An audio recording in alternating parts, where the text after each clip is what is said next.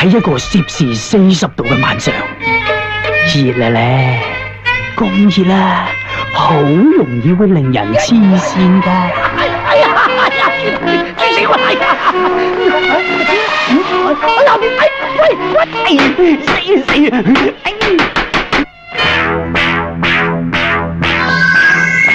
凶案接二連三咁發生，兇手係邊個？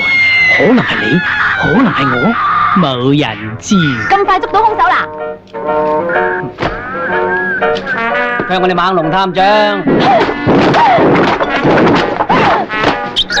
你真係探長嚟㗎？係啊。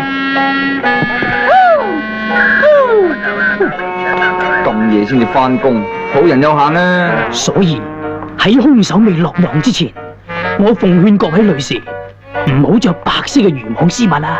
如果唔係，你就會度過一個畢生難忘嘅晚上。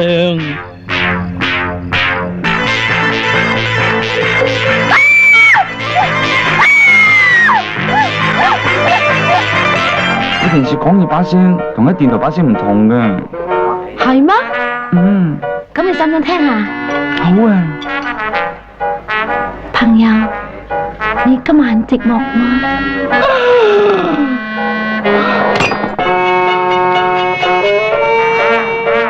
Oh sorry。啱啦，我想睇下你小便嘅姿勢啊！睇我小便？係咧，嚟啦！唔使做埋落去啩？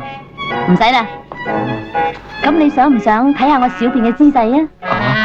記住啊，白色嘅漁網絲襪會帶俾你一個恐怖嘅驚魂嘅，你老快都唔好一支公里啊，好牙煙噶 ，friend。全部除晒你哋啲衫褲啊！除晒衫褲？係啊！上到去見到個軍裝差佬就肥啦，